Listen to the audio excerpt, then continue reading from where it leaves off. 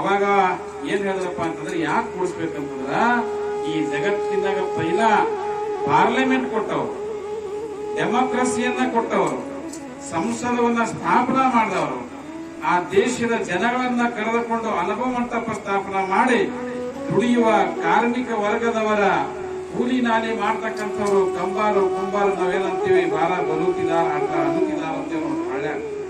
ಆ ಎಲ್ಲಾರಿಗೆ ಕರ್ಕೊಂಡು ಅನುಭವ ಮಂಟಪ ಸ್ಥಾಪನಾ ಮಾಡ್ಯಾರ, ಪಾರ್ಲಿಮೆಂಟ್ ಸ್ಥಾಪನಾ ಮಾಡ್ಯಾರ.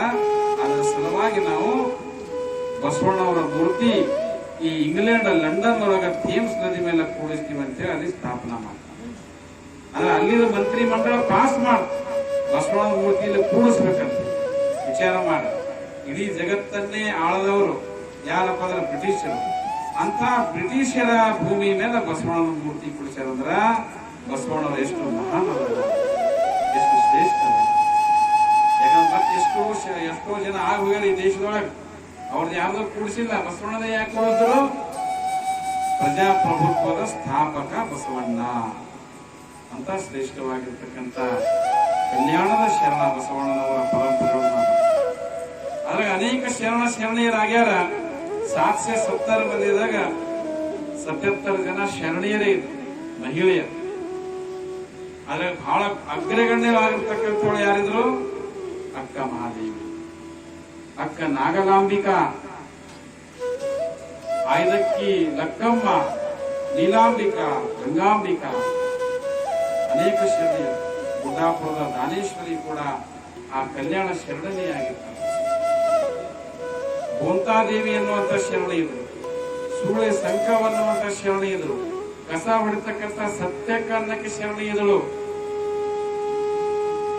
ಗೌಳಿ ಗಂಗವನ್ನುವಂತ ಶರಣಿ ಇದ್ದಳು.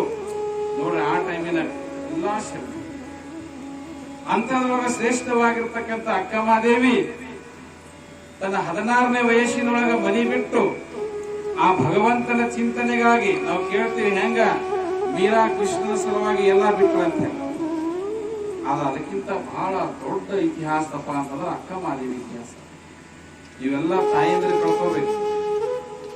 ಏನಪ್ಪ ಅಕ್ಕ ಮಹಾದೇವಿ ಎಂತ ಇತಿಹಾಸ ಅಂತಂದ್ರ ಮನೆ ಬಿಟ್ಟು ಹೊರಗೆ ಬರ್ಬೇಕಾದ್ರ ಅಕ್ಕ ಮಹಾದೇವಿಗೆ ಅವ್ರು ಕೇಳಂತ ಇಲ್ಲ, ಎಲ್ಲ ಬಿಟ್ಟು ಮೈ ಮೇಗಿನ ವಸ್ತ್ರನು ಎಲ್ಲ ಕಳಸಿ ಬಿಟ್ಟು ನೀವ್ ಹೋಗ್ತಾ ಇದೆಯಲ್ಲ, ಹ್ಯಾಂಗ ಮಾಡ್ತಿ, ಎಲ್ಲಿ ಉಂತಿ, ಎಲ್ಲಿ ತಿಂತಿ, ಎಲ್ಲಿ ಮಲ್ಕೋತಿ ಎಲ್ಲ ಕೇಳ್ತಾರೆ ಅಕ್ಕ ಮಹಾದೇವಿ. 16 ವರ್ಷನಕ್ಕಿನೇ ಅಕ್ಕ ಮಹಾದೇವಿ ಇದ್ರು.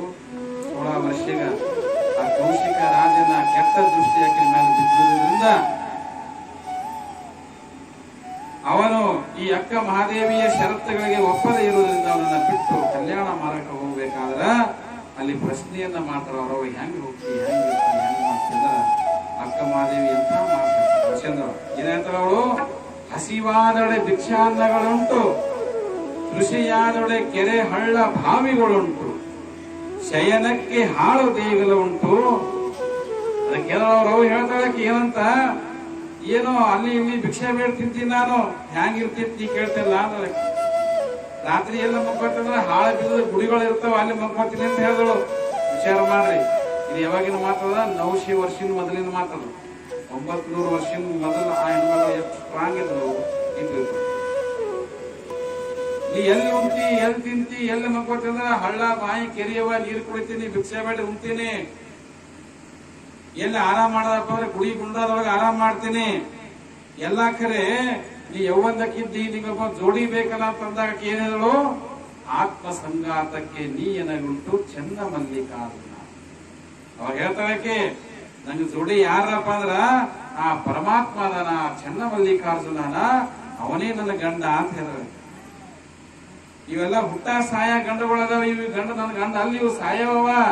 ಆದ್ರೆ ನನ್ನ ಗಂಡ ಹಿಂಗನ, ಅವ ಎಂದೂ ಸಾಯದೇ ಇಲ್ಲ, ಅಸರಾಮರಾಗಿರ್ತಾನೆ. ಅವ ಎಂದೂ ಸಾಯಲ್ಲಪ್ಪ ಅಂದ್ರೆ ನಾ ಯಾವಾಗಲೂ ಮುತ್ತೈದೇನೆ ಆಗಿರ್ತೀನಿ ಅಂತಾರೆ.